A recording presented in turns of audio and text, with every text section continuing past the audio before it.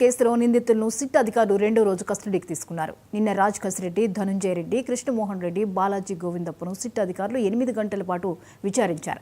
ప్రస్తుతం విజయవాడ జిల్లా జైల్లో ఉన్న వీరిని కోర్టు అనుమతితో కస్టడీలోకి తీసుకున్న సిట్ ముందుగా ప్రభుత్వ ఆసుపత్రికి తరలించి వైద్య పరీక్షలు నిర్వహించారు. ఆ తర్వాత వారిని సిట్ కార్యాలయానికి తీసుకువెళ్లి విచారణ చేపట్టారు.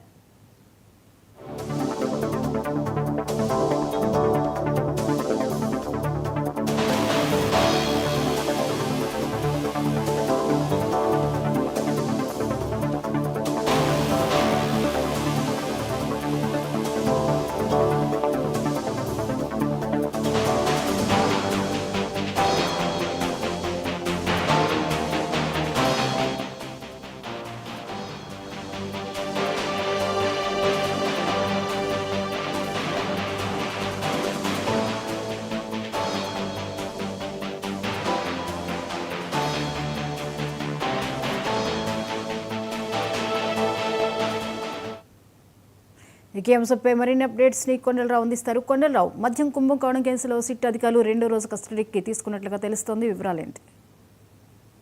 జ్యోతి, లిక్కర్ స్కామ్ కేసులో ఏదైతే రెండో రోజు సిట్ అధికారులు నిందితులను కూడా విచారించనున్నారు. నిన్న దాదాపు 8 గంటల పాటు సిట్ చీఫ్ రాజశేఖర్ బాబు ఆధ్వర్యంలో ఈ నలుగురిని విడివిడిగా కూడా నిన్న విచారించిన పరిస్థితి అయితే ఉంది. విచారించిన నేపథ్యంలో ఏదైతే రాజశేఖర్ రెడ్డి, గోవిందప్ప, బాలాజీ, ధనుంజయ రెడ్డి, కృష్ణమోహన్ రెడ్డి ఈ నలుగురిని కూడా సిట్ చీఫ్ రాజశేఖర్ బాబు ఆధ్వర్యంలో విడివిడిగా కూడా ఈ నలుగురిని కూడా విచారించి కీలక సమాచారం అయితే నిందితుల దగ్గర నుంచి కూడా రాబట్టడం జరిగిందని కూడా మనకు తెలుస్తున్న సందర్భం ఉంది.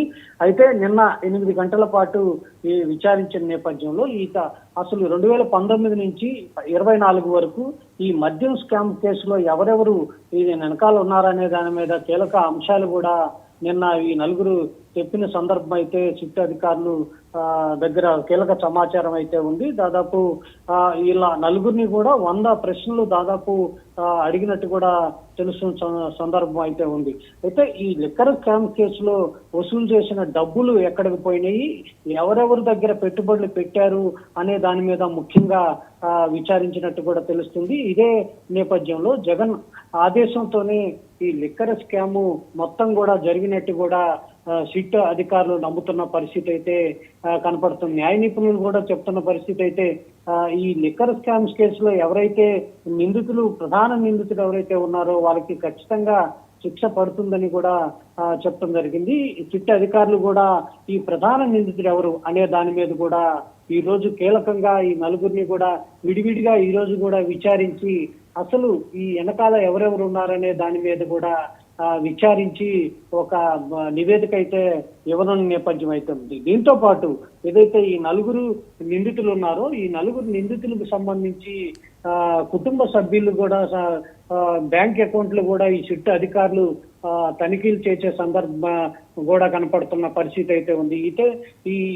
ఏదైతే కుటుంబ సభ్యులు దగ్గర ఏమన్నా ఈ లిక్కర్ స్కామ్ సంబంధించి డబ్బులు అకౌంట్ లో ఉన్నాయా అనే దాని మీద కూడా ఒక విచారణ సంబంధించి కూడా తెలుస్తుంది. అయితే 2019 నుంచి 24 వరకు ఈ నలుగురు నిందితులు ఎవరైతే ఉన్నారో వీళ్ళ పేరు మీద ఆస్తులు కూడా ఏమన్నా తీసుకున్నారా, ఆస్తులు కూడా ఏమన్నా కూడబెట్టారనే దాని మీద కూడా సిట్ అధికారులు అయితే ఆ దిశగా కూడా విచారణ చేస్తున్న సందర్భం అయితే ఉంది. అయితే A1 గా ఉన్న రాజ్ కసిరెడ్డితో పాటు A31 గా ఉన్న ధనుంజయ రెడ్డి, A32 గా ఉన్న కృష్ణమోహన్ రెడ్డి, A33 గా ఉన్న బాలాజీ గోవిందప్ప ఈ నలుగురు మీద కూడా ఈ లిక్కర్ స్కామ్ నడిచినట్టు కూడా తెలుస్తున్న సందర్భం. ఈ నలుగురు వెనక ఎవరు పెద్ద తలక ఎవరున్నారనే దాని మీద కూడా ఈ రోజు ఖచ్చితంగా దాన్ని బయటికి తీసుకొచ్చి ఆ నలుగురు వెనకాల ఉన్న వ్యక్తిని కూడా బయటికి తీసుకొచ్చి అతనికి శిక్ష పడే విధంగా కూడా సిట్ అధికారులు ఆధ్వర్యంలో అయితే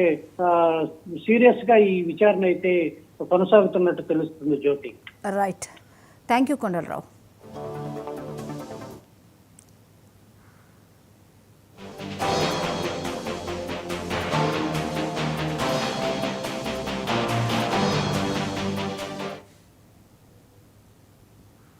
సీఎం రేవంత్ నేడు మంత్రులతో